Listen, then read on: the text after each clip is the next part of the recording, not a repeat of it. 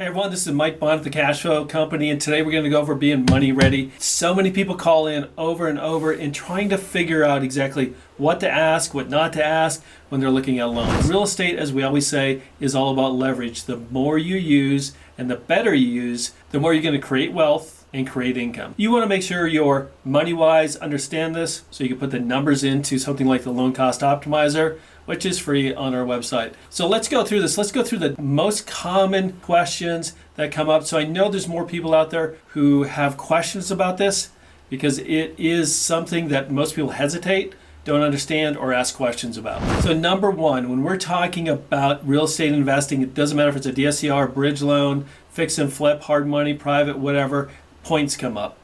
And now what are points? You'll hear lenders say it's 1 point, it's 2 points, it's 1.5, 1.75.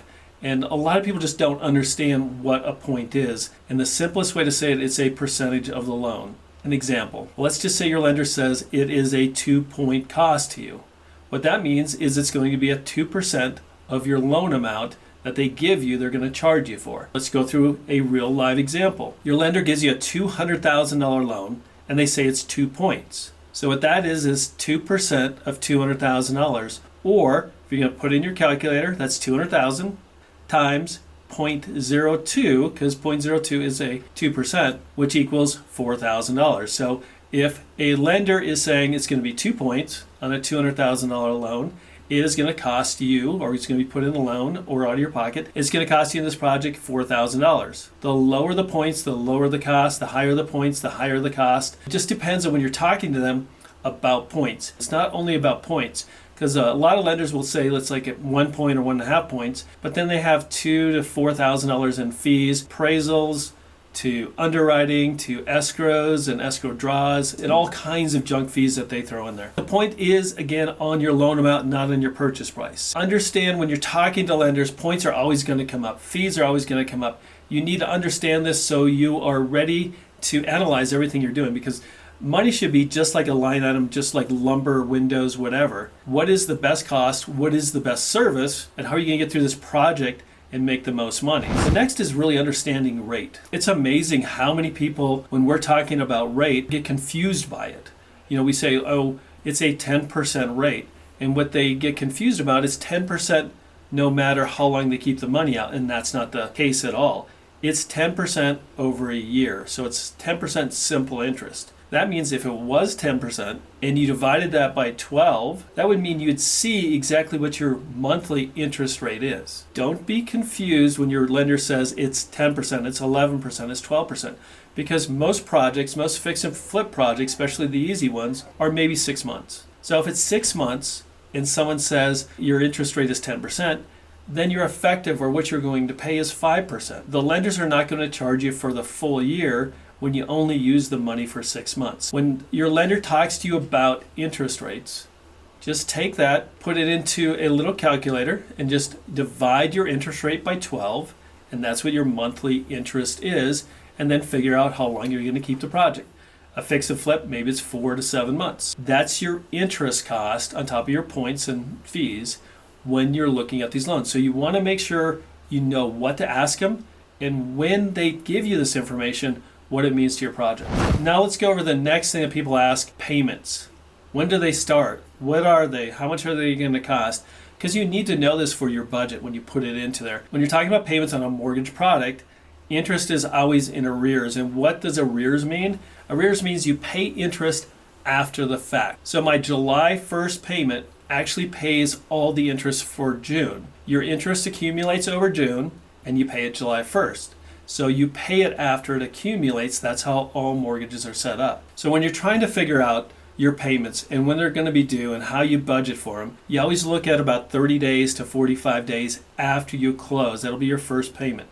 Because what lenders do, and you'll see this on all settlement statements, is they'll collect the interest from the day you close till the beginning of the next month or the next period, because some people charge on the 1st and some on the 15th. But let's just always say it's the 1st. If you close on the 15th of a month and your payments are due on the 1st, they'll collect when you close. You'll see a big interest accumulation there, or payment that you have on your settlement statement. They have now collected that money from the day of your closing till the 1st. So then your next payment is not due until the 1st of the next month. A lot of times you have 45 to 30 days before your first payment is due. Now, in all these products like bridge loans, fix and flip, hard money, gap funding, whatever you call it, where there's simple interest, how do you calculate your payments? Easy. You take your loan amount, you times it by your interest rate. So once again, let's look at $200,000 loan, 10% interest. So that's 200 times 0.10 or 10%. And you come up with a number which is your annual interest. So if you kept it for the whole year, that's what your interest would be.